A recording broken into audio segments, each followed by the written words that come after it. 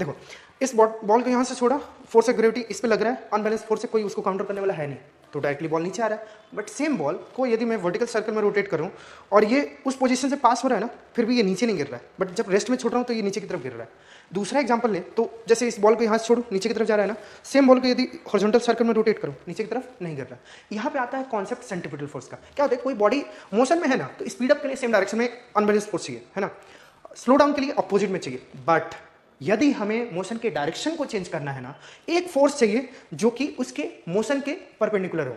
For example जैसे मान लो कि ये बॉडी इधर की तरफ मूव कर रहा है, इसकी वेलोसिटी इधर है और टर्न आपको इधर लेना है ना, इधर की तरफ एक चाहिए फोर्स, अनबैलेंस फोर्स, व्हाटएवर, मतलब एक सिंगल फोर्स भी हो सकता है या दो फोर्सेस का कॉम्बिनेशन भी हो सकता है। नेट फोर्स वेलोसिटी के परपेंडिकुलर चाहिए मोशन के डायरेक्शन को चेंज करने के लिए, है ना। तो ये जो नेट फोर्स है ना, यही हमारा क्या है, सेंट्रीपिटल फोर्स है। तो अब हो क्या रहा है कि यहाँ पे जब ये मोशन में है ना, तो अब टॉप मोस्ट पॉइंट पर हम देखें तो फोर्स ऑफ ग्रेविटी नीचे लग रहा है, टेंशन फोर्स भी नीचे लग रहा है, और दोनों के दोनों जो है ना, इसके मोशन के डायरेक्शन को चेंज करने में यूज हो गया। ये ऑल द वे क्या कर रहा है ना, बाहर जाने की कोशिश कर रहा है। बट जो फोर्स है, force tension force and gravity force, उसका कॉम्बिनेशन है जो net force towards the centre है, सेंट्रीपिटल फोर्स, ये क्या करे, इसको सर्कल पे मूव कर रहा है।